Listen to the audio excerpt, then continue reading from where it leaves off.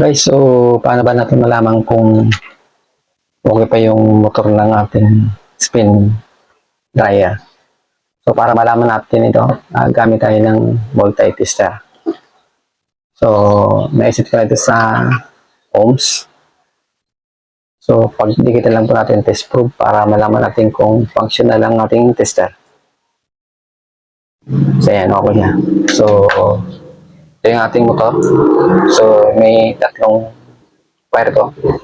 Kulay gray, red, tsaka blue. So ito naman yung ano niya, motor diagram. Ilinawin lang natin. So ayan. So ayan. Oh, kita. Ayan. So ito kulay gray. Lakyan natin. Ayan. Kulay gray. Tapos na wire, red na wire, saka kulay blue wire. So ito namang bilog na to na may M, ito yung sign ng spin motor. So yung motor yan. So ito namang dito ito. Yung sign na to. Yan, sign na yan.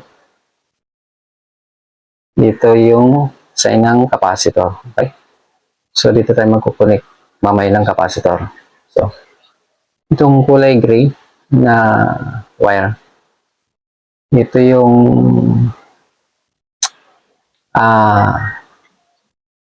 starting winding niya. Starting winding yan.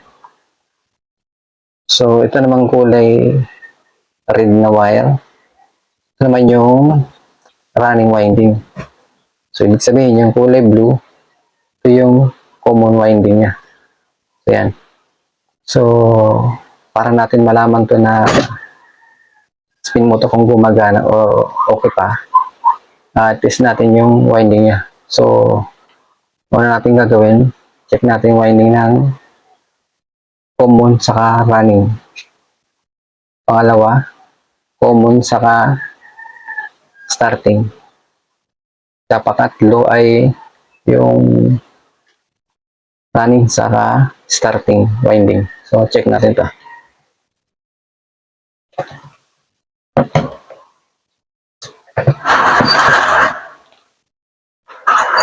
So kung na-check natin yung common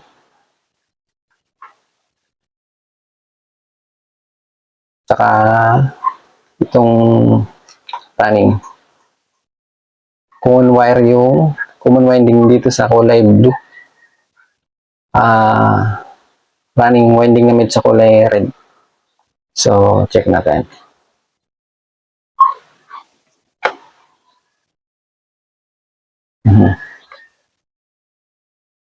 Diyan meron siyang resistant na 92.5 ohms. So okay to. So ngayon, susunod ay common saka itong ating starting sa kulay gray yung starting. So yan, 74.1 ohms. So okay ito. Ngayon ang pangatlong check ay itong ating running, starting saka running. So yung ating running ay kulay red wire, saka yung starting ay kulay blue, ay kulay gray. So yan.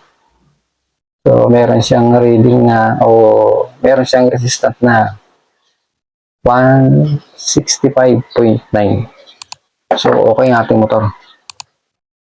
So ang gagawin natin ay i-re-recta tayo. Okay? So dito sa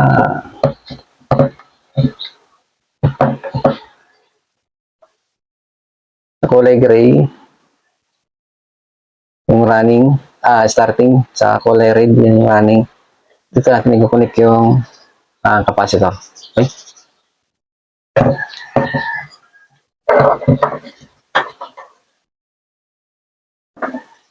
Ito yung aking capacitor. So, 5 VOF. So, yan. 5 VOF. Okay? So, ang requirements naman ng motor ay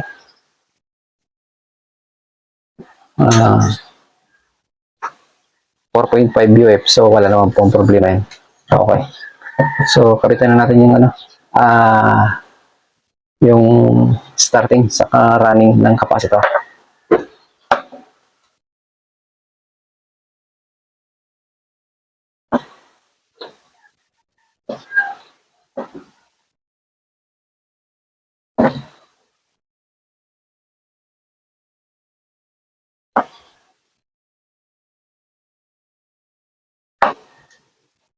So, yan. So, nakabit ko na yung capacitor. So, lalagyan na natin ng tape yung running, yung kulay pula. Tsaka kulay blue na wire ng capacitor.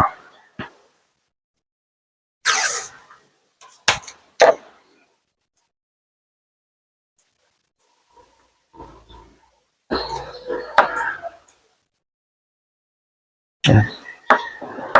Tapos dito natin ikakabit yung supply, yung line 1 galing sa plug, tsaka line 2 dito sa common wire. So,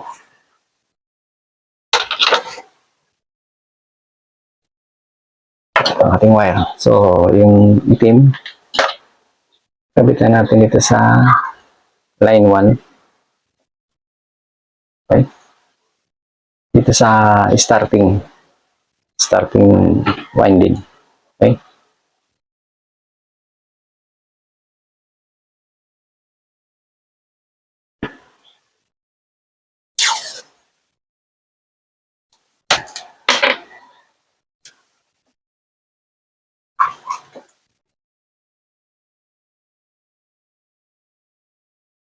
Kasi yung line 2,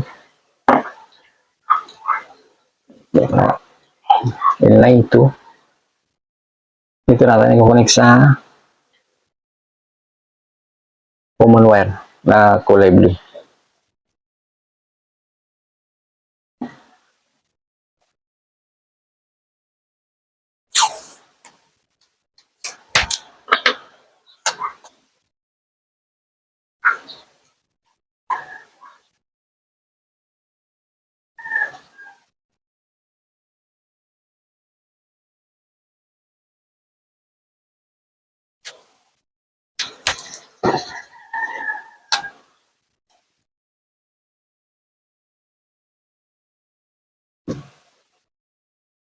Yan.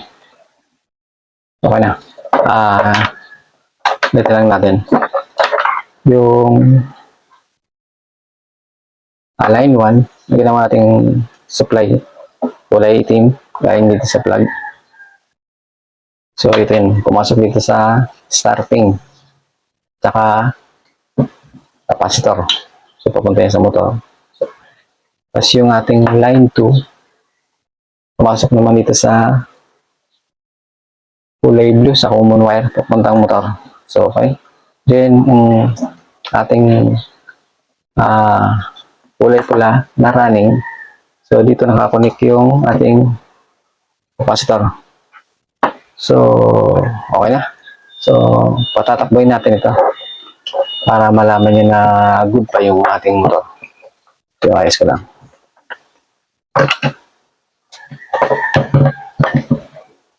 Yan. So, plug-in ko na.